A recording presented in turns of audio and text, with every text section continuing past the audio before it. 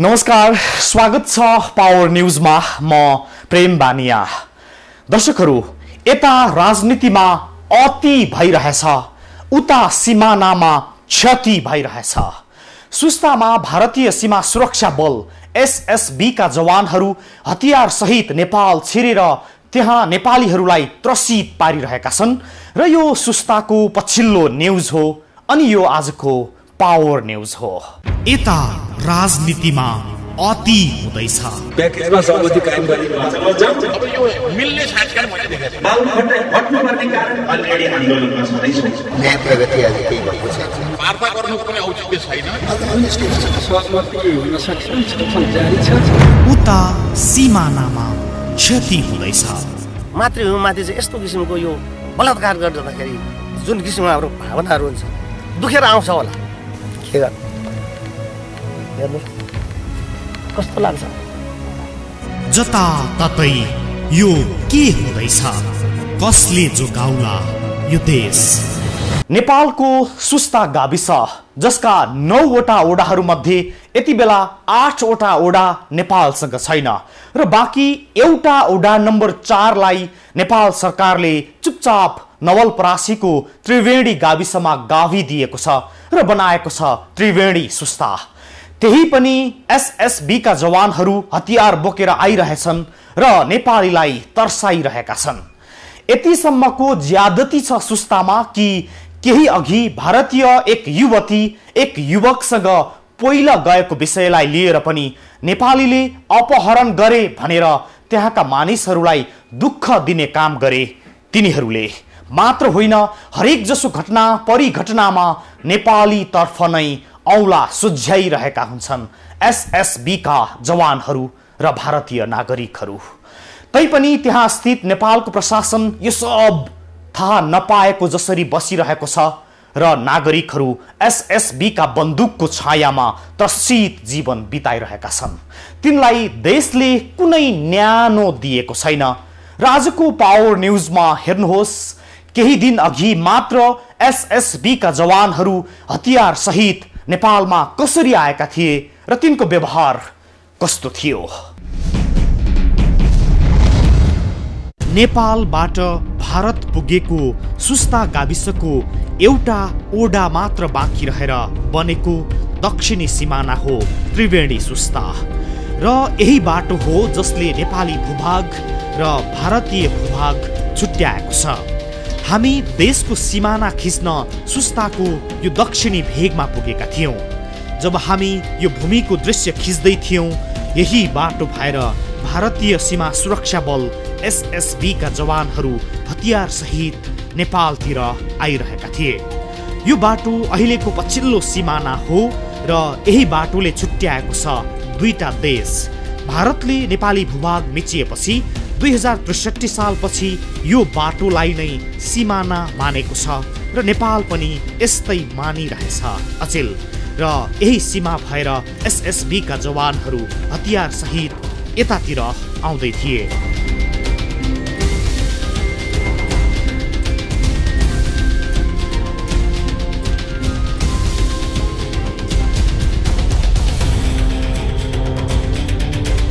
जब उनीहरू हामी सामु आइपुगे, उल्टै हामीलाई किन र के प्रयोजनका लागि भन्दै प्रश्न गर्न थाले।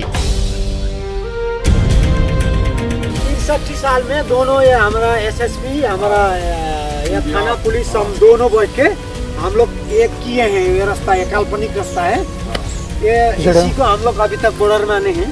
हामीसँग केही बेर सोधखोज गरेपछि स्थानीयहरूले उनीहरूलाई केही नभएको र सिमाना हेर्न आएको भनेपछि मात्र उनीहरूलाई सम्झाएर पठाइएको थियो। तर दृश्य हाम्रो क्यामेराले कैद गरि नै रहेको थियो।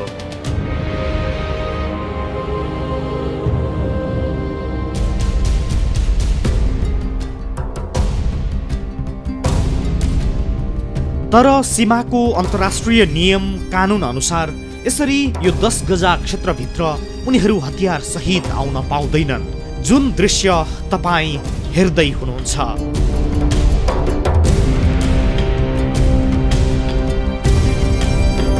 यसरी नेपाली भूभागको यो दक्षिणी सिमानामा एसएसबी का जवानहरू हतियार सहित गस्ती गरिरहेका छन्, जसको प्रमाण हो यो हामीले खिचेको दृश्य। दर्शकहरू, यति बेला हामी नेपाली सीमा क्षेत्रमा उभिएका छौँ र यो सीमा क्षेत्र र यो देखिरहनु भएको सडक मेरो पछाडिको पृष्ठभूमि सीमाको हो र सीमा क्षेत्रमा यस्तो अवस्था छ र यो जुन भूभागतिर म देखाइरहेको छु यो भूभाग भारतीय पक्षको हो र यो सीमा 2063 सालमा कायम भएपछि यो बाटोदेखि यता जुन भूभागमा म अहिले गइरहेको छु त्यो भारतीय पक्षको भूभाग हो र यो भूभाग 2063 सालमा भएको सम्झौता अनुसार नेपाली सुरक्षाकर्मी र नेपालका स्थानीय बासिन्दाहरूले यो सीमा क्षेत्रमा विवाद नहोस् भन्नका लागि यो बाटो तय गरेका थिए र यही बाटोले अहिले 2063 सालपछि सीमाको काम गरिरहेको छ। यद्यपि भारतीय एसएसबी जो सुरक्षा फौज छ ऊ नेपालमा यो सीमा क्षेत्र भएर हिँडिरहेको छ। जुन दृश्य हामीले तपाईलाई देखाएका छौँ र यतापट्टिको जुन भूभाग छ जो भूभागमा म अहिले उभिएर बोल्दैछु र एउटा बाटोले देशको सिमाना छुट्याइरहेको छ। वर्षौंदेखि यस्तो अवस्था देखिरहँदा पनि नेपाल सरकार र नेपालका सीमा सम्बन्धी सङ्घ संस्थाहरू चुप लागेर बसेका छन्, जसको प्रमाण हो यो हामीले खिचेको दृश्य। र अब यो दृश्य हेर्नुहोस्, यो सिमलको रुख नै हो जसले दुईटा देश छुट्याएको छ।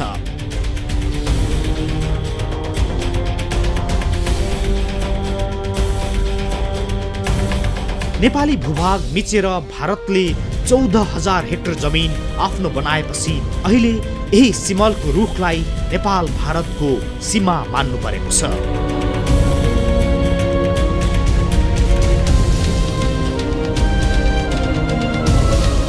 तर भारतीय एसएसबी का जवानहरू यो नेपाली भूमिमा पनि हतियार सहित उपस्थित छन्। उनीहरू सीमा स्तम्भ मानिएको यो सिमलको रुख भन्दा करिब 100 मिटर भित्र नेपाली सिमानामा हतियार सहित गस्ती गर्न आएका छन्, जसलाई हाम्रो गोप्य क्यामेराले कैद गरेको हो केही दिन अघि मात्र।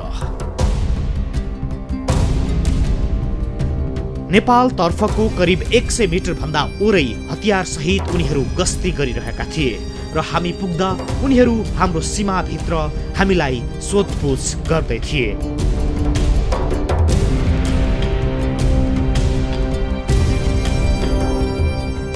उनीहरूका अनुसार यस क्षेत्रमा क्यामेरा निषेध छ र उनीहरूको दृश्य खिचेको थाहा पाए क्यामेरा त के उनीहरू हामी माथि नै जाइ लाग्ने स्थिति थियो।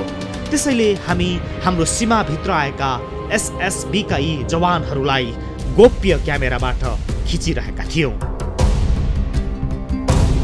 यसरी उनीहरू नेपाली सीमा भित्र खुलेआम हतियार सहित गस्ती गरिरहेका छन्। उल्टो नेपालीहरू यी जवानहरूसँग डराई हिँड्नुपर्ने अवस्था छ।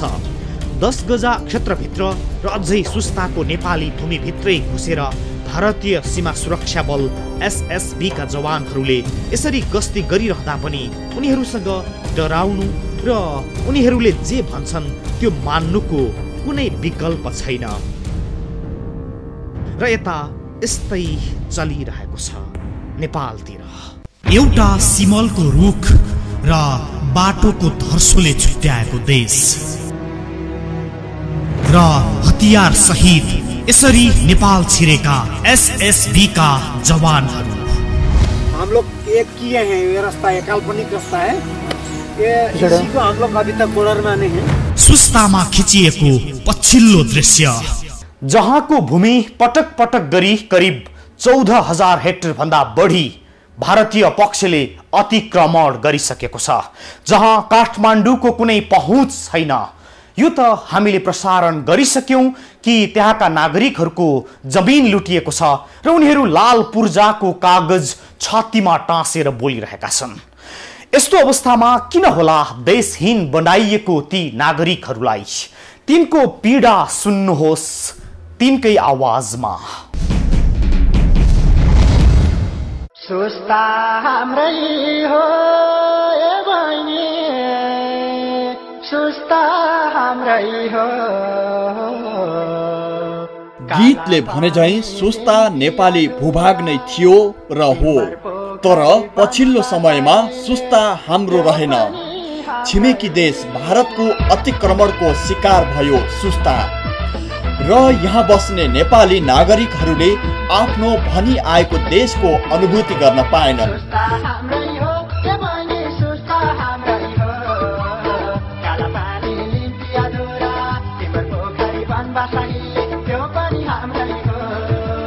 नेपालको त्रिवेणी सुस्ता गाविसमा पर्ने यो भूगोलमा करिब 3000 नागरिकको बसोबास छ, तर यहाँ देशको उपस्थिति छैन। नागरिकहरू नेपाली भएर बसे बापत भारतीय सीमा सुरक्षा बल एसएसबीबाट यातना पाउने गर्छन्। एसएसबीका जवानहरू नेपाली भूभागमा खुलेआम प्रवेश गर्छन् र नेपाली नागरिकहरूलाई त्रसित पारिदिन्छन्। यतिसम्म कि केही दिन अघि हामी पुग्दा त्यहाँको अघिल्लो रातको त्रास सुनाए एक सर्वसाधारणले यसरी। आज तो आके जोन हाल खबर वाले ये लेते यहाँ बिहान से भेड़ियारियों गोइल हमनी के बंद बा।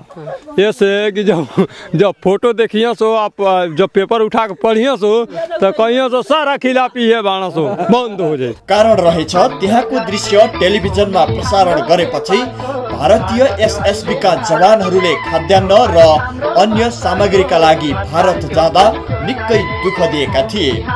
अन्य समयमा पनि यस्तो पीडा कम नहुने उनीहरू बताउँछन्, किनकि एसएसबीका जवानहरू नेपालीलाई सधैँ पीडा दिइरहेका छन्।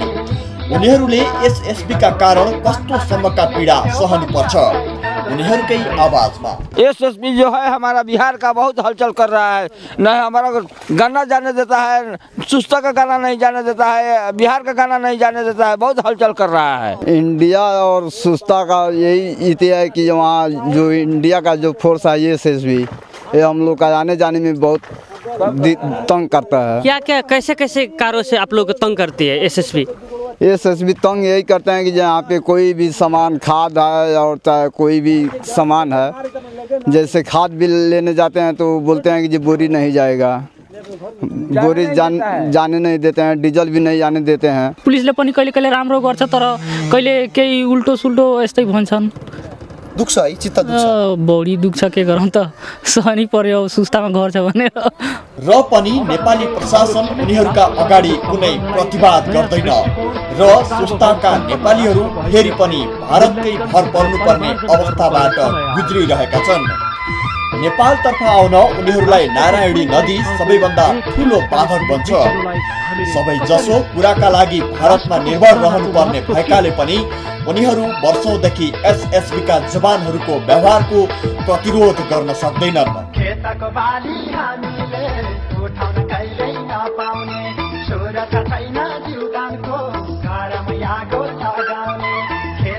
नेपाली भूमि भित्रै घुसेर उनीहरूले हतियार सहित गस्ती गर्दासम्म न त नेपाली प्रशासन नै बोल्छ न त उनीहरू नै बोल्न सक्छन्।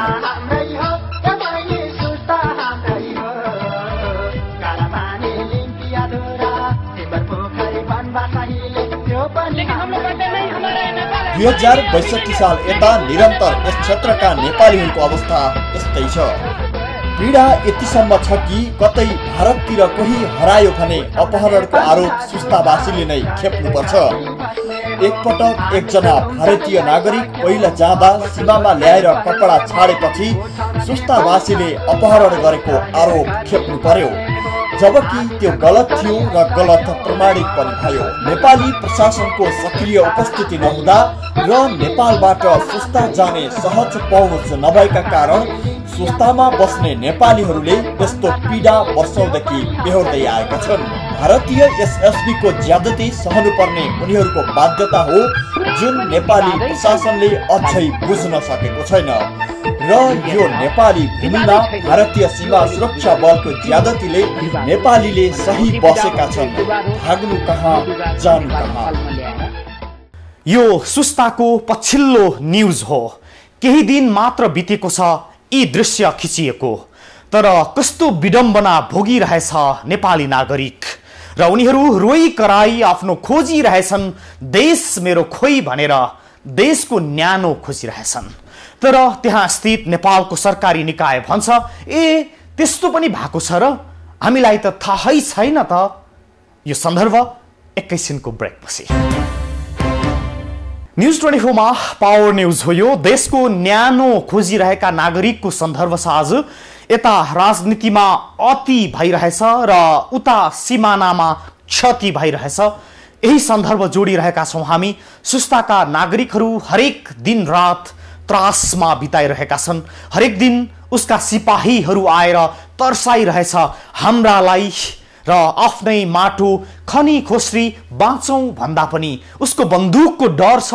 तर त्यहाँ स्थित नेपालको सरकारी निकाय मौन स्वीकार गरिरहेको छ हर अन्याय। अनि हामीसँग भनिरहेको छ थाहै छैन, यदि साँच्चै हो भने कारबाही गरौँला।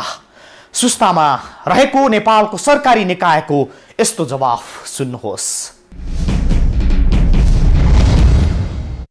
नेपाली भूमि सुस्तामा हतियार सहित एसएसबी का जवानहरू गस्ती गरिरहेका छन्। तर नेपाली प्रशासन यसबारे बोल्दैन, थाहा नपाए जस्तो गर्छ र नपत्याए जस्तो गर्छ। एसएसबी को दबदबाका अगाडि किन होला नेपाली प्रशासन कमजोर बनेको सुस्तामा? एसएसबी का जवानहरू हतियार सहित गस्ती मात्र गरिरहेका हुँदैनन्, तिनले नागरिकलाई त्रसित पारिरहेका हुन्छन्। नेपालको तर्फबाट सशस्त्र प्रहरी र नेपाल प्रहरीको क्याम्प त राखिएको छ, तर त्यो मनोबल नै कमजोर छ।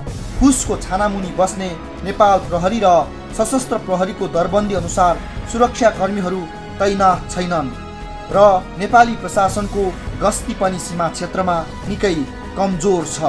एसएसबी का हतियारधारी जवानलाई नेपाली सीमाभित्रै यस्तो दृश्य खिचेपछि हामी नवलपरासीका सशस्त्र प्रहरीका उपरीक्षक चित्रबहादुर खत्रीलाई सोध्न गएका थियौँ। नेपाल भित्रै यसरी गस्ती गरिरहेका छन्, तपाईलाई थाहा होला नि। यता कहिलेकाहीँ त्यो दुई देशको भनौँ समन्वय गर्नको लागि बर्डरको किनारासम्म हामी पनि जाने गरेका छौँ। उनीहरू पनि आफ्नो आफ्नो जुन बर्डर लाइनसम्म अब त्यसरी त मिल्दैन। अब यता कता त्यहाँ अब त्यो जमिनको नि एक्ज्याक्ट लोकेसन थाहा नभएको हिसाबले अब अनुमानको भरमा नै अब यो नेपालतर्फको यो भारततर्फको भनेर त्यसरी बाँडिएको छ पहिलेदेखि नै। यता कता त्यस्तो भयो होला कहिले। त्यस्तै नवलपरासीका प्रहरी उपरीक्षक कमल बहादुर जिटीले यसमा नेपाली प्रशासन कमजोर रहेको स्वीकार गरे। छिमेकी मित्र देशहरूसँगको सिमाना जोडिएको ठाउँमा हाम्रो पहुँच अझै मजबुत हुनुपर्छ। स्वाभाविक रूपमा भित्री भागमा भनेको हाम्रो अन्डरस्ट्यान्डिङ कतिपय कुरा, तर छिमेकमा हाम्रो दरिलो उपस्थिति, दरिलो प्रेजेन्टेसनले चाहिँ पक्कै पनि एउटा हाम्रो इज्जतलाई त्यसले क्यारी गर्छ, इज्जत देखाउँछ त्यसले, स्वाभाविक हो। ताकि मान्छेले महसुस गरोस् कि यिनीहरू सक्षम छन्, योग्य छन्, यिनीहरूमा मिनिमम आधारभूत कुराहरू छन् कम्तीमा पनि भन्ने फिलिङहरू होस् भन्ने हो। अब छिमेकी देशका केही आर्थिक वृद्धिले गर्दाखेरि उनीहरू अझै सशक्त भएका छन् र उनीहरूले आफूलाई बलियो उपस्थिति बनाएका छन्। प्यारलल रूपमा हामीले जत्तिकै नसके पनि त्यत्तिकै नसके पनि कम्तीमा पनि मिनिमम लेभलको चाहिँ हुनुपर्छ, त्यो स्वाभाविक हो। यहाँले त्यसले चाहिँ देशको गर्वलाई प्रस्तुत गर्छ, त्यसमा चाहिँ निसन्देह स्वाभाविक कुरा हो। एसएसबी का जवानहरू हतियार सहित नेपाल प्रवेश गर्दा पनि नेपाली प्रशासनको प्रतिक्रिया यस्तो छ कि नवलपरासीका प्रमुख जिल्ला अधिकारी परशुराम अर्याल केही थाहा छैन रे, नत्र कारबाही गर्थे रे। अब कहिलेकाहीँ घुम्न नेपालमा अब हतियार छोडेर यसो नेपालमा त्रिवेणी कस्तो रहेछ भनेर हेर्न आउने, अब हामी कहिलेकाहीँ अब उतातिर जाने त्यो छुट्टै कुरा। हामीले हतियार सहित नेपाली सीमाभित्र तपाईँले देखेको सिमलको रूपभित्रै हामीले तिनीहरूलाई खिचेर ल्याएका छौँ। त्यहाँ हाम्रो थिएन सशस्त्र प्रहरी, उनीहरूलाई सोध्नु भएन यहाँ आएछन् नि भनेर भन्नु भएन त्यहाँ। अब म त यहाँ छु होइन, अर्का देशमा त्यसै हतियार बिना स्वीकृति हतियार लिएर आउनु पाइँदैन। बिना हतियार अब नेपाल भारतको सम्झौता अनुसार हिँड्न पाइन्छ। नेपाली नागरिक इन्डिया जान पनि पाउँछ, इन्डियाको नेपाल आउन पनि पाउँछ, त्यो केही छैन। तर हतियार चाहिँ त्यो भयो भने के गर्नु छ तपाईँ? कानुन छ नि त, त्यस्तो गऱ्यो भने कानुन उल्लङ्घन गरे ठहर त कानुन अनुसार कारबाही हुन्छ। प्रशासनलाई थाहा छैन एसएसबी हतियार सहित नेपालमा गस्ती गरिरहेको छ। नेपालीहरू त्रसित मुद्रामा भेटिन्छन्, उनीहरू आफ्नै देशको साथ खोजिरहेका छन्, यद्यपि तिनलाई देश छैन। एसएसबी का 3वटा क्याम्प छन् र त्यस क्षेत्रमा ऊ बलियो भएर बसेको छ, तर नेपालको उपस्थिति कमजोर रूपमा खडा गरिएको छ। थाहा भएर पनि प्रशासन वा सुरक्षा निकाय यसबारे थाहा नपाएको प्रतिक्रिया दिइरहेको छ। जबकि यो दृश्य केही दिन अघि मात्र हामीले सुस्तामा हाम्रो भूमिमा खिचेका हौं र बन्दुक सहित नेपाली भूमिमा खिचिएको एसएसबी को गतिविधि सदृश्य प्रस्तुत गरिसकेपछि पनि हामीलाई राम्रोसँग थाहा छ तिनलाई कारबाही त के कसैले केही भन्न पनि सक्दैन, किनकि यो तथ्य हो, यो त्रासको सत्य हो, यो यथार्थ पनि हो र यो नियति हो। तर पनि यो हाम्रो दायित्व हो कि जनतालाई देखाउनु पर्छ देशको तथ्य, सिमानाको अनुहार र सरकारको सत्य पनि। हामीले त्यही देखाएका हौं र यो यति नै। नवलपरासीमा टिभी जर्नलिस्ट पुरुषोत्तम सुवेदीलाई धन्यवाद र आजलाई हामीलाई बिदा दिनुहोस्। नमस्ते।